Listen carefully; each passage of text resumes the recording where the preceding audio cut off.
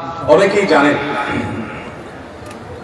আমরা বড় বেশি কঠিন বেদনাদায়ক অত্যন্ত ব্যথাতুর সময় আমরা পার করছি মুসলমানরা। একদিকে মানব ইতিহাসের সবচেয়ে বর্বরচিত হত্যাযজ্ঞ গণহত্যা চলছে দিন দুপুরে বিশ্বের শত শত কোটি মানুষের সামনে ফিলিস্তিনের গাজায়। আজ সেখানে মানবতা এমন ভাবে বুলন্ডিত হচ্ছে, ঝড় তুফানে আমরা গাছের পাতা উড়ে যেতে দেখি, সেখানে বোমার আঘাতে মানুষের দেহ আকাশে উড়ে যেতে আমরা দেখেছি। প্রিয় ভাইরা, আজকের বিশ্বকে বলা হয় সভ্য পৃথিবী, আজকের পৃথিবীকে বলা হয় নাকি মানবিক পৃথিবী। আজকের পৃথিবীর সভ্যতা এবং মানবিকতার ধ্বজাধারে ধারণকারী যারা, তাদের মুখোশ,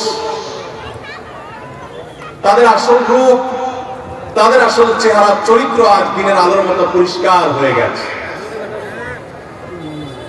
গাজায় প্রতিনিয়ত শিশু হত্যা চলছে, ফিলিস্তিনের ভিডিওগুলো দেখবার মতো অবস্থা নাই। একটু আগে একটা ভিডিও দেখছিলাম, আল্লাহ তাআলা আমাকে একটা বাচ্চা দিয়েছেন ৮-১০ বছরে। ৮-১০ বছরের একটা ছেলে ৫-৬ বছরের একটা ছেলেকে, ছোট ভাইকে বড় ভাই সান্ত্বনা দিচ্ছে, মাথার উপরে হাত বোলাচ্ছে। ছোট ভাই বড় ভাইয়ের কোলে মাথাটা রেখে চোখের পানি ফেলছে, অঝরে কাঁদছে, কারণ তাদের বাবা মাকে শহীদ করে দেওয়া হয়েছে। বড় ভাইটা ছোট ভাইয়ের মাথার উপর হাত বোলাচ্ছে আর তাকে সান্ত্বনা দেওয়ার চেষ্টা করছে, ব্যর্থ চেষ্টা। শত সহস্র শিশু আজ এতিম হয়েছে, শত সহস্র মা বাবার বুক আজ খালি হচ্ছে। যারা নারী অধিকার নিয়ে পান থেকে চুন খসলেই চিৎকার চেঁচামেচি করে, সেই মানুষগুলো আজ পাথর হয়ে গেছে। তাদের চোখের সামনে শত সহস্র মা বোনকে আজ খুন করা হচ্ছে। প্রেগনেন্ট মহিলাদেরকে রেখে সেই হসপিটাল বম্বিং করে উড়িয়ে দেওয়া হচ্ছে। আজ সেখানে শিশুদের আর্তনাদে আকাশ পাতাল ভারী হয়ে উঠছে। কোন স্থাপনার সেখানে বাকি নাই যেটা ভেঙে চুরে গুড়িয়ে দেওয়া হয়নি। উপর থেকে ড্রোন শট নেওয়ার ছবি দেখলে ভাবতে কষ্ট হয়, বিশ্বাস করতে কষ্ট হয়। একটা শহর, একটা জনপদকে এইভাবে মাটির সাথে মিশিয়ে দেওয়া যায়। সবচেয়ে অবাক করা বিষয় হলো, এই হায়েনারা, এই অভিশপ্ত ইহুদিরা, এদের সবচেয়ে বেশি সমর্থন প্রকাশ্য দিবালোকে যারা করে, তারাই আমাদেরকে সবচেয়ে বেশি সকাল বিকাল মানবতার সবক শুনাইতে আসে। প্রিয় ভাইরা আমার, আজ পৃথিবীর তথাকথিত সভ্য, তথাকথিত উন্নত দেশগুলো প্রকাশ্য দিবালোকে এই অভিশপ্ত দেশকে তারা সমর্থন করছে, যারা মুসলমানদেরকে তাদের ভূখণ্ডে যুগ যুগ ধরে খুন করে আসছে, তাদের রক্ত নিয়ে হোলি খেলা মেতে উঠেছে। আজ সেখানে মানবতার চিৎকারে, আত্মচিৎকারে আকাশ পাতাল ভারী হয়ে উঠছে। আজ থেকে ১০০-২০০ বছর পর যখন গাজা বা ফিলিস্তিনের ইতিহাস লেখা হবে, যখন এই অভিশপ্ত হায়েনাদের এই নির্মমতার চিত্র ইতিহাসের পাতায় তুলে ধরা হবে, তখন আপনি আমিও কাঠগড় আসামি থাকবো। কারণ তখনকার মানুষেরা, তখনকার জেনারেশনেরা আলোচনা করবে, তখন পৃথিবীতে যে শত শত কোটি মানুষ বসবাস করেছিল, সে মানুষগুলো কিভাবে এতগুলো মানুষের সামনে পৃথিবীর ছোট্ট একটা ভূখণ্ডের মধ্যে এইভাবে মানুষকে হত্যাযজ্ঞ চালানো হয়েছে, নির্মমতা করা হয়েছে, শিশুদের সামনে বাবা মাকে খুন করা হয়েছে, বাবা মার সামনে শিশুদেরকে টুকরা টুকরো করা হয়েছে, কিভাবে এই নির্মমতা চালানো হয়েছে, বিশ্বের শত শত কোটি মানুষ তারা তখন কি করেছে। আগামী ১০০-২০০ বছর পরে যখন ফিলিস্তিন এবং গাজার ইতিহাস লেখা হবে, আসামের কাঠগড়ায় আমরা সবাইকে দাঁড়াতে হবে। আল্লাহর কাছে আমরা ক্ষমা চাই। হে আল্লাহ, আপনি আমাদের অক্ষমতা থেকে মাফ করে দিন, আমাদেরকে আপনি সক্ষমতা দান করুন। মুসলমান দেশগুলোর যারা তথাকথিত নেতা হিসেবে দায়িত্ব পালন করছে, আল্লাহ আপনি তাদের ঈমানী চেতনা বৃদ্ধি করে নিন, তাদেরকে মুসলমান হওয়ার তৌফিক দান করুন, তাদেরকে মানুষ হওয়ার তৌফিক দান করুন। ভাইরা আমার, ফিলিস্তিন ইস্যুতে আমার তিনটি কারণে অনেক বেশি অনুতাপ হয়, আফসোস হয়, আক্ষেপ হয়। প্রথমত, সারা বিশ্বের মুসলমান দেশগুলো তো বটেই, অনেক অমুসলিম দেশেও হাজার হাজার লক্ষ লক্ষ মানুষ নির্যাতিত ফিলিস্তিনিদের সমর্থনে তারা রাস্তা বের হয়েছে, প্রতিবাদ করেছে, তাদের কষ্ট লাগার কথা তারা প্রকাশ করেছে। পৃথিবীর দ্বিতীয় বৃহত্তর মুসলিম দেশ বাংলাদেশ, এদেশের মানুষের মধ্যে ধর্মীয় আবেগ অনেক বেশি। আমরা অন্যের কষ্ট এভাবে দেখতে পারি না। এত সত্ত্বেও এই দেশে আজও পর্যন্ত ফিলিস্তিনিদের প্রতি সহমর্মিতা প্রকাশ করে একটি উল্লেখযোগ্য লক্ষ লক্ষ মানুষের কোন গণজমায়েত এই দেশের মাটিতে এখনো পর্যন্ত হয় নাই। আমার লজ্জা হয়, কষ্ট হয় যখন দেখি ফিলিস্তিন ইস্যুতে প্রত্যেক দল আলাদা আলাদা ব্যানার নিয়ে 2-4-10,000 মানুষ নিয়ে তারা প্রতিবাদ করে। এটা কি ফিলিস্তিনিদের সমর্থন নাকি নিজের দলীয় প্রচারণা? একমাত্র আল্লাহ তাআলা ভালো জানেন। আমরা ফিলিস্তিন ইস্যুতে সকল দল মত চিন্তা দর্শনের ঊর্ধ্বে উঠে মানবিকতার জায়গা থেকে সবাই এক কাতারে দাঁড়িয়ে একটি বারের জন্য বিশ্বকে আমরা জানিয়ে দিতে পারি, বাংলাদেশের মানুষজন আমরা ফিলিস্তিনি মাজলুম মানুষদের সাথে আছি। আল্লাহ আমাদের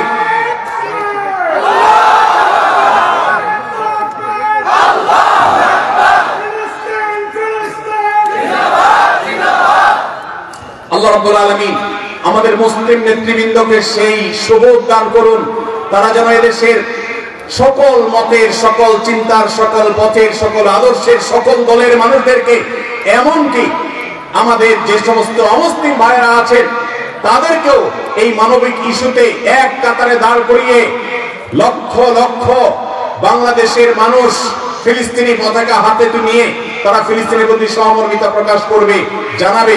এই চেষ্টাটা আমরা করতে পারি কি পারি না? ইনশাআল্লাহ আল্লাহ আমাদের সবাইকে সেই তৌফিক দান করুন। এই ইতিহাস এই দেশে রচনা হোক, আমরা সেই দোয়া রব্বে কারীমের কাছে আজকে ফরিয়াদ করছি। আল্লাহ আমাদের এই একটা মিছিল, একটা প্রতিবাদ, একটা বার্তা বিশ্ব মিডিয়াকে দেওয়ার মতো কাজ এখনো পর্যন্ত এই ভূখণ্ড থেকে আমরা করতে পারি নাই। এর চেয়ে বড় লজ্জার বিষয় আর কিছু হতে পারে না। অমুসলিম দেশগুলো, জাপানের মতো দেশে হাজার হাজার মানুষের বিশাল বড় গণজমায়েত হয়, সেখানে এই অভিশপ্তদের এমবাসি ঘেরাও করার মতো ঘটনা ওইসব দেশে ঘটে। দুর্ভাগ্যজনক বাস্তবতা, আমাদের দেশে যার যার মতো আমরা কথা বলি, আমরা মিছিল করি, ব্যানার নিয়ে দাঁড়াই, প্রতিবাদ করি, মানববন্ধন করি, কিন্তু সবাই ঐক্যবদ্ধভাবে বিশ্বকে জানাবার মতো একটা ঐতিহাসিক সমাবেশ, ঐতিহাসিক গণজমায়েত আমরা আজও করতে পারি নাই। ইনশাআল্লাহ অচিরেই সেটা হবে। আল্লাহ আমাদেরকে সেই তৌফিক দান করুন। দ্বিতীয় আমার আফসোসের কারণ ফিলিস্তিন ইস্যুতে, আপনারা জানেন অন্য মুসলিম দেশগুলোতে পর্যন্ত, খোদ আমেরিকাতে পর্যন্ত ইহুদিদের বিভিন্ন প্রোডাক্ট গুলোকে অত্যন্ত কার্যকর ভাবে বয়কট করা হয়েছে। আমাদের এই দেশে প্রত্যেকটা দোকানে দোকানে, প্রতিটা দোকানে দোকানে আপনি পাবেন ইহুদি পণ্যের পরিপূর্ণ ভরপুর সয়লাব। আমরা অনেকে আছি যারা ফিলিস্তিনি বাচ্চাদের ভিডিও দেখে চোখের পানি ফেলি, কিন্তু আমাদের ওয়াশরুমে গেলে হ্যান্ড ওয়াশটা দেখা যায় ইহুদিদের। আমাদের ওয়াশরুমে গেলে দেখা যায় সাবানটা কেনা হয়েছে, যে সাবানটা আমি টাকা দিয়ে কিনে এনেছি আমার পকেট থেকে, সেটা ইহুদিদের তৈরি করা। আমি যে সফট ড্রিঙ্কসটা গিলছি ঢক ঢক করে, সেটা ইহুদিদের তৈরি করা। এই সমস্ত পণ্য আপনি যখন মুদি দোকান থেকে কিনেন, আপনি কোন দোকান থেকে যখন ইহুদিদের কোন পণ্য কিনেন, তখন আপনি পণ্য কিনেন না, আপনি মূলত ইহুদিদেরকে চাঁদা দেন বোমা হামলা করবার জন্য। আপনি যেটাকে টাকা দিয়ে সম্পদ কেনা, মাল কেনা মনে করছেন, এটা মাল কেনা নয়, এটা অভিশপ্তদের বোমাবাজিতে সাহায্য করা। লজ্জার বিষয়, কার্যকর ভাবে বাংলাদেশে এখনো পর্যন্ত ফিলিস্তিন ইস্যুতে আমরা একটা বয়কট কার্যকর ভাবে করতে পারি নাই। একটা সফট ড্রিঙ্কস শুধুমাত্র কিছুটা বর্জন করা গেছে আলহামদুলিল্লাহ, আর বাকি প্রোডাক্টগুলো সব যেভাবে সেভাবে রয়েছে। আমি একটা দেশীয় প্রোডাক্টের একটা মালিক, একটা দেশীয় প্রোডাক্টের একজন মালিককে প্রশ্ন করেছিলাম, ভাই আপনাদের প্রোডাক্টগুলো কেন বাজারে বাজারে দোকানে দোকানে পাওয়া যায় না? কেন ইউনিলিভারের মাল বাজারে পরিপূর্ণ? কেন যারা আমাদের সমাজে 14ই ফেব্রুয়ারিতে আমাদের তরুণদের চরিত্রকে ধ্বংস করার নীল নকশা করে, সেই ক্লোজ আপ কেন আমার দোকানে থাকে? কেন আপনাদের পেজ দোকানে নাই?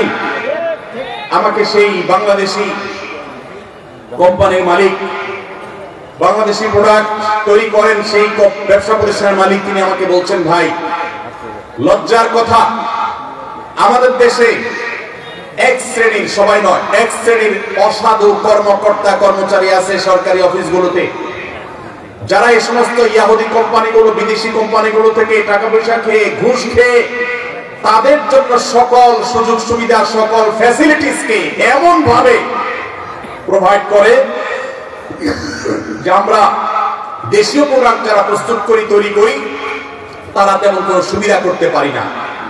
তার এই কথার বাস্তবতা আছে। আমিও কিছুটা অনুভব করার চেষ্টা করেছি, অনুসন্ধান করার চেষ্টা করেছি। দুর্ভাগ্যজনক বাস্তবতা, আমরা সাধারণ মানুষও আমাদের নিজস্ব উদ্যোগে ইহুদিদের পণ্য মুক্ত আমাদের বাসা করব, সেটা আমরা করতে পারি নাই। মনে রাখবেন, আপনি যদি ইহুদিদের পেস্ট না কিনেন, তাদের সাবান না কিনেন, তাদের প্রসাধনী না কিনেন, তাদের কোন প্রকার আইটেম আপনি না কিনে তার জায়গায় যদি একটা মুসলিম দেশের তৈরি করা, আপনার নিজের দেশের তৈরি করা কোনো জিনিস আপনি নেন, কোয়ালিটি যদি একটু খারাপ হয়, দাম যদি একটু বেশিও পড়ে, আপনার এই কিনার কারণে, এই যে আপনি স্যাক্রিফাইস করলেন, একটু কম কোয়ালিটির জিনিস নিলেন, আবার দাম একটু বেশি দিলেন, এই স্যাক্রিফাইসটা কিয়ামতের ময়দানে ফিলিস্তিন ইস্যুতে আপনি আপনার ন্যূনতম দায়িত্বটা পালন করতে পেরেছেন, এই হিসাবে আল্লাহর কাছে হাজির হবে, এর সওয়াব আপনি আল্লাহর কাছে লাভ করবেন ইনশাআল্লাহ। আমরা কারা কারা আছি ইহুদিদের পণ্য মুক্ত করব আমাদের ভাষাগুলোকে? কারা কারা আছি? আল্লাহ আমাদের সবাইকে তৌফিক দান করুন। আমাদের বাসা বাড়িতে ইহুদি পণ্য থাকবে না, ঠিক আছে তো ইনশাআল্লাহ? কোন মুদি দোকান থেকে আমরা ইহুদি পণ্য কিনবো না, প্রয়োজনে সফট ড্রিঙ্কস কিনবো না। বেশিটা থাকলে খাবো, না হলে খাবো না।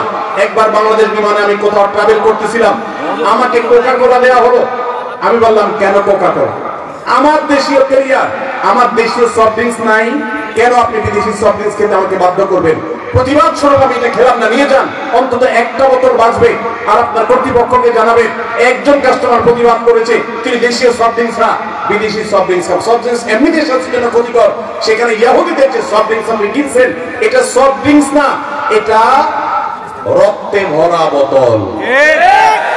অতএব আমাদের বাসা বাড়িকে ইহুদি পণ্য থেকে মুক্ত করবো তো ইনশাআল্লাহ? আমি বাংলাদেশি মুসলমান হিসেবে লজ্জিত যে ফিলিস্তিন ইস্যুতে আমরা একটা কার্যকর একটা বয়কট, একটা বর্জন, এটা আমরা করতে পারি নাই। ভাইরা আমার, আজকে আমরা যারা এখানে সমবেত হয়েছি,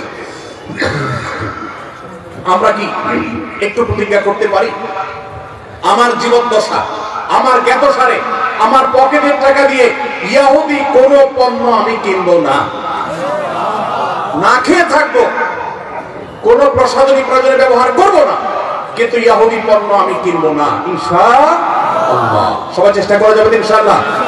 দোকানদার ভাইদেরকে উদ্বুদ্ধ করবেন যে আপনি ইহুদি পণ্য বিক্রি করেন না, ঘোষণা দেন এবং তার জন্য ফেস্টুন টানায় দেন। আমরা প্রচার করবো আপনার দোকানের যে অমুক দোকানদার ভাই, তিনি ইহুদি পণ্য বিক্রি করেন না, তিনি ইসলামী চেতনা মাজলুমদের পক্ষে অবলম্বন করে তিনি তার এই স্যাক্রিফাইস করেছেন, তার দোকানের বিক্রি বাড়াবার জন্য আমরা প্রচারণা করবো ইনশাআল্লাহ। চেষ্টা করা যাবে না ইনশাআল্লাহ। ভাইরা আমার, তৃতীয়ত যে কারণে আমি লজ্জিত, সেটি হলো ইহুদিদের এই অভিশপ্ত হায়নাদের, যারা মানবতাকে কুরে কুরে খাচ্ছে যুগ যুগ ধরে ফিলিস্তিনের মাটিতে, ছোট বাচ্চাদের রক্তে যাদের হাত রঙিন হয়ে আছে যুগ যুগ ধরে, তাদের যে সমস্ত ধ্বজাধারী আছে, তাদের যে সমস্ত ভূখণ্ডে তাদের গলা যখন উঁচু দেখি, তখন আমার লজ্জা হয়। আমরা এই দালালদের উঁচু কণ্ঠ যদি এদেশে শুনি, তাহলে এর চেয়ে বড় লজ্জার বিষয় কিছু হতে পারে না। মানব ইতিহাসের সবচেয়ে বড় হত্যাযজ্ঞ চালানো সময়ের সবচেয়ে বড় হায়না এই ইহুদিদের সমর্থন যারা করে তারা মানুষরূপী পশু ছাড়া কিছু হতে পারে না। অথচ এই মানুষগুলোই আজ আমাদের সবকিছু ঠিক করে দেয়। তারাই আপনার নীতি নির্ধারণের ভূমিকায় তারা অবতীর্ণ হয়, তারাই আপনার আইন ঠিক করে দেয়, তারাই আপনার নীতি নির্ধারণ করে দেয়, তারা আপনার সবকিছু বলে দেয়। জাতি হিসাবে আমাদের জন্য এর চেয়ে বড় লজ্জার বিষয় আর কিচ্ছু হতে পারে না। ভাইরা আমার, অতএব আসুন ফিলিস্তিনের সাথে আমরা আল্লাহর কাছে চোখে পানি ফেলার পাশাপাশি সর্বশক্তি দিয়ে যৌক্তিক এবং যথাযথ প্রতিবাদ আমরা প্রত্যেকটা মানুষ যার যার জায়গা থেকে অব্যাহত রাখি এবং আল্লাহর কাছে একটা ফরিয়াদ করি। সেই মানুষগুলো আজ ওই কলোসিয়ামের গ্যালারিতে বসে যেরকম নির্মম ভাবে মানুষ হত্যার আনন্দে উৎসব করত, আজ গোটা বিশ্ব সেরকম উৎসবে মত্ত হয়ে আছে। আল্লাহ এই জুলুমের শেষ পরিণতি আমাদেরকে দেখে যাওয়ার তৌফিক দিও। এই জীবন দশায় যেন আমরা এই জুলুমের শেষ দেখে যেতে পারি। আল্লাহ আমাদের সবাইকে সেই তৌফিক দান করুন। ভাইরা আমার, আমরা সবাই যার যার দায়িত্বটা পালন করবো তো ইনশাআল্লাহ।